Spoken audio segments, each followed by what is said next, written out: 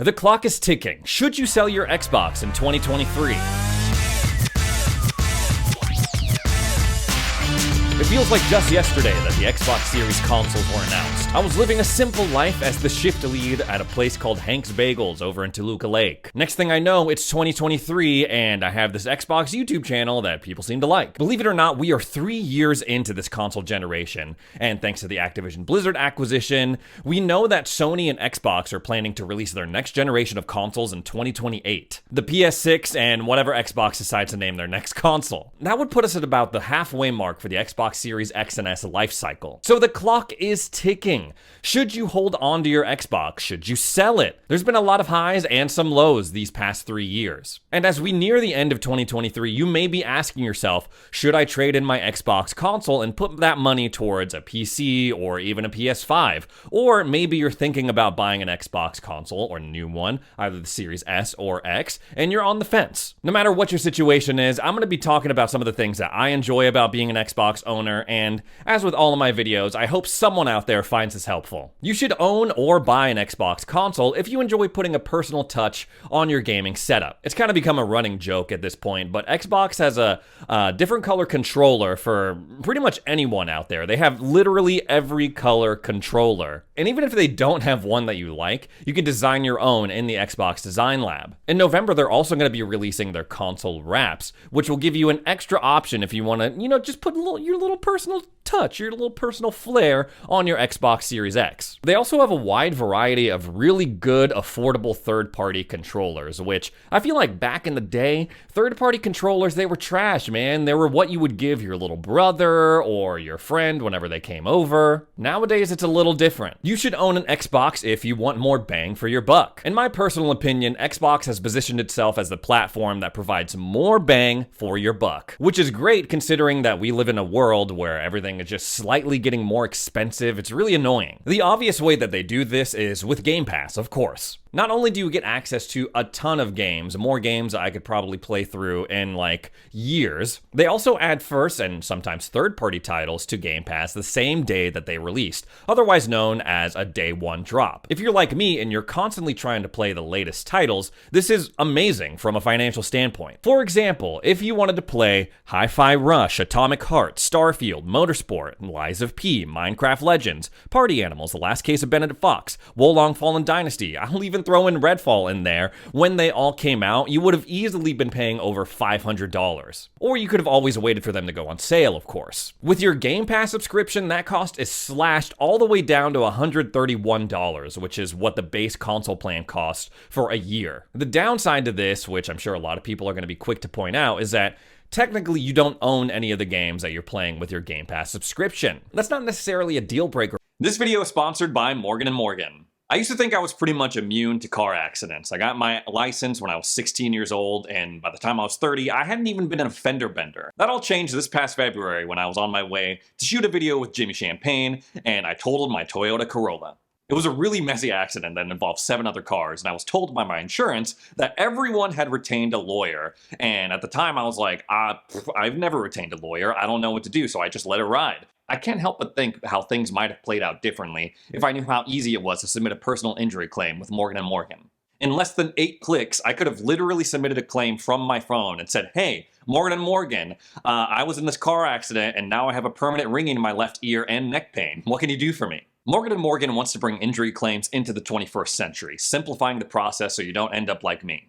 They don't get anything unless they win, so you have nothing to lose. And best case scenario, after you file, you could potentially have one of America's largest injury firms in your corner helping you fight for the compensation you deserve. Thanks again to Morgan & Morgan for sponsoring this video.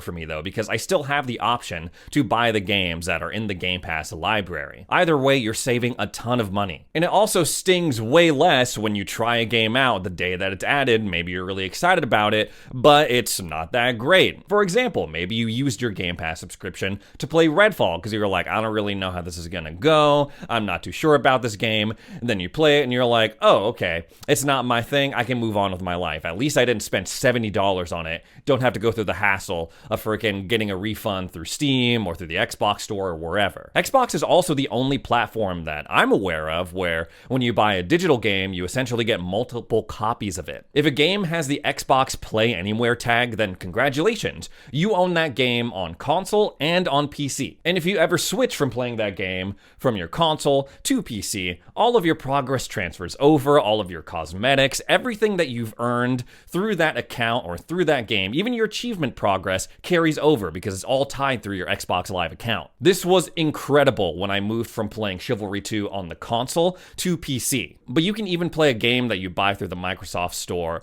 on multiple Xboxes. I did this when I bought Hogwarts Legacy. I downloaded it on my Series X, and then my wife was like, oh, I want to play Hogwarts Legacy. I want to be a little witch and run around Hogwarts and cast spells and do all that stuff, drink butterbeer at Hogsmeade. So I was like, okay, so I downloaded the game on our Series S. I made sure I made it my home console, so my wife's profile got access to all my games and subscriptions that my profile has, and she was able to play it no problem, even if I was playing it at the same time. And that's not happening on other platforms unless you shell out the extra cash for another copy of the game. You should have an Xbox if you enjoy playing a wide variety of games. Xbox has a really good mix of games. They have great platformers with franchises like Psychonauts and the Ori games. They have good vehicle simulators like Motorsport and Microsoft Flight Sim. They have good FPS games like Halo, Gears of War. Hell, they even own Call of Duty now. They have good strategy games like Age of Empires. They have good RPGs considering that they own Bethesda now.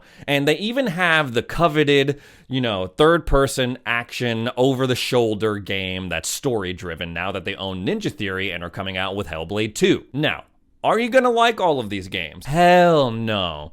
Probably not. But chances are pretty freaking high that you're gonna at least find one game, one genre, one franchise that you're into when you're on the Xbox platform. And while Xbox is often associated with their big flagship franchises like Halo, like Forza, we've also seen them experimenting with some new IPs, which personally I find refreshing in a world that is dominated by reboots, by sequels. They don't always work out, but in my opinion, that's okay. Not every console exclusive is going to be good. Even looking back towards like the original Xbox and the Xbox 360 generations, what everyone considers to be the peak of Xbox, yes, we had games like Halo Combat Evolved, and that was awesome. But for every game like that, we also had a game like Brute Force. Fast forward to the present day, and yes, while Redfall came out and reviewed terribly, that didn't take away my enjoyment from some of the other Xbox exclusives that I've played this generation. Games like Forza Horizon 5. And I'm gonna throw Halo Infinite as well. I don't care what y'all say. I have fun with Halo Infinite, especially now that Season 5 is out. Other games like Hi-Fi Rush, Starfield, didn't take away my enjoyment of those other games. You should also consider owning an Xbox if you enjoy indie games. Xbox has an entire program dedicated to bringing independently produced games to the Xbox platform. It's called ID at Xbox, if you don't know. These games range in size and budget. Like, sometimes I'll see a game that's technically gone through the ID at Xbox program, and I'll be like, that's not really what I would consider like an indie game, like a Plague Tale Requiem or something like that. But I found some real gems even amongst the smaller indie games. I've also discovered a lot of really awesome indie games through the Game Pass library. Games that I probably wouldn't have given a chance if I'm being completely honest. But games like Nobody Saves the World, that was one of my favorite games I played in 2022. This year, I've really enjoyed Planet of Lana, Cassette Beast. I'm playing one right now that I can't really talk about until the embargo is done, but there's some gems on there. They also have a really cool collection of what I would consider like mid-range AA titles.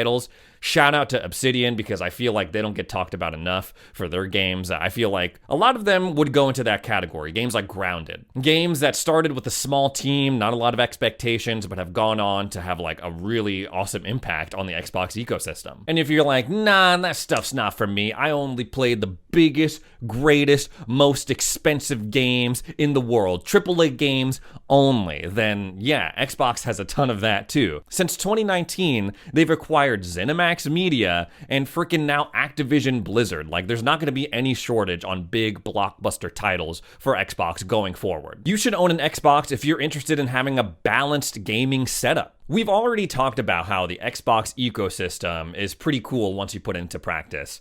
I spent a lot of time hopping between my Xbox Series X and my PC. Not so much the cloud. I gotta admit, the cloud is not something that has turned out to be as cool as I maybe would have hoped at the beginning of this generation. Even if you have other platforms, like guys, I got a PS5 over my right shoulder, like 2 feet away from me, a Nintendo Switch right behind that as well, all hooked up to this crazy setup I have with these dual monitors. Throwing in an Xbox in a setup that doesn't have a PC will instantly open up just a huge library of games. If you have a PS5, for example, you could, I guess, spend like over $500 buying the PSVR 2, or you can save yourself a couple $100, buy yourself a Series S, and get ready for the next Bethesda game that comes out. And I know there's been a lot of back and forth on what the Series S can and cannot do. Should it exist in the first place? Is it holding back gaming? I don't know why people get so mad at the Series S. I feel so bad. Like, I bought mine for $240, man. And through that lens, I can never look at it like, ugh, what the heck? I can't play this game at max ultra settings at freaking 120 FPS. I think for what you pay for the Series S, it overperforms. But even if you don't want a Series S, you're like, Ray, Series S is trash. You're not going to change my mind about it. You don't even need an Xbox console. Hell, you could throw in a PC into your setup that has a PS5 and still have access to all of Xbox first-party games. Now, wait a minute. Hold on.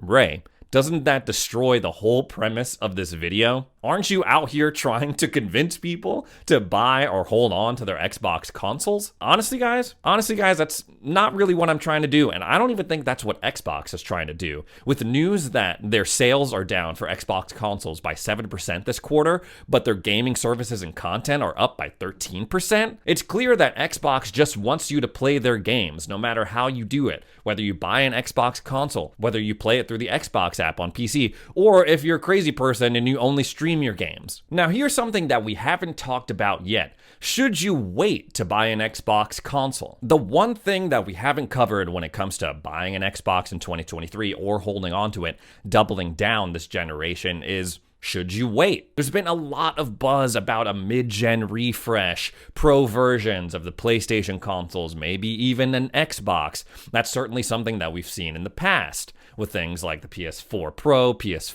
Slim, the freaking Xbox One X, and the One S. And let's be honest, guys, it sucks when you pick up a new piece of tech, like a new phone, new gaming console, and then immediately that same company drops a newer, more improved, beefier version of the thing that you just bought. If it makes you feel any better, though, it doesn't seem like Xbox is even interested in dropping a pro version of the Series X or S, either next year in 2024 or beyond.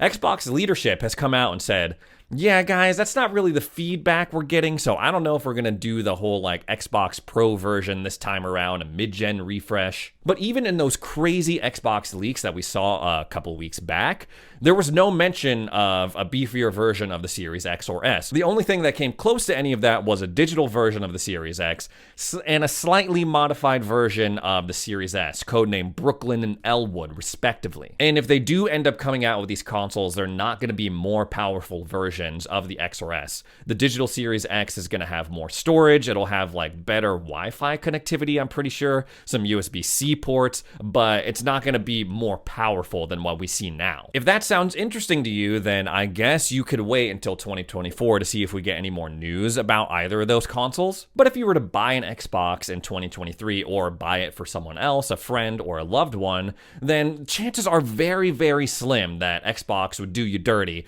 and just release like a better version of what you just bought. Personally, I think it is worth it to make sure that you have a way to access the Xbox platform, whether it is a console, an Xbox Series X or S, or if you just get a PC and call it a day, you do the whole Steam and Xbox app on PC thing. That's what I do a lot too. No one knows better than me how Xbox has stumbled over the past couple of years, and sometimes they make decisions that leave me scratching my head, leave me going, what's going on here, guys?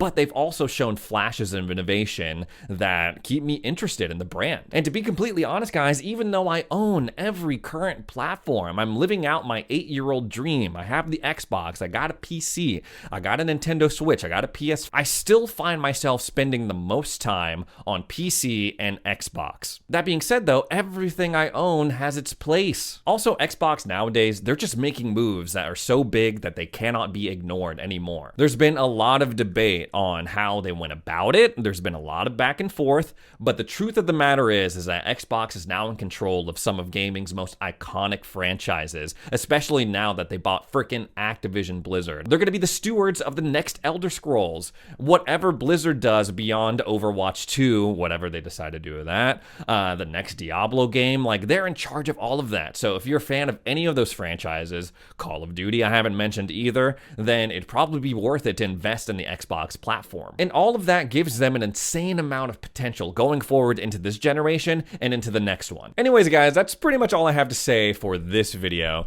Make sure you stay tuned because going forward, I'm going to be experimenting with a new format with my single host content. So up until now, I've been doing like these news updates where I collect some news stories that relate to Xbox in some way, and then I share them with you, and then I also give my opinion about them. I'm going to change it up a little bit. I'm going to break the videos down into segments now. So news is going to be its own segment, and then I'm going to go and like talk about a game that maybe I'm playing that week, and then I'll be like I'm just going to do different segments. I think it'll be fun. So if you're a longtime watcher and you want to see how that plays out, I'd really appreciate if you check back in on Wednesday, subscribe to the channel maybe, set your notifications so you get alerted to it, and then let me know how you like it. But even if you don't come back, hopefully you found something helpful in this video or in my experience as an Xbox owner, and we'll see you in the next one.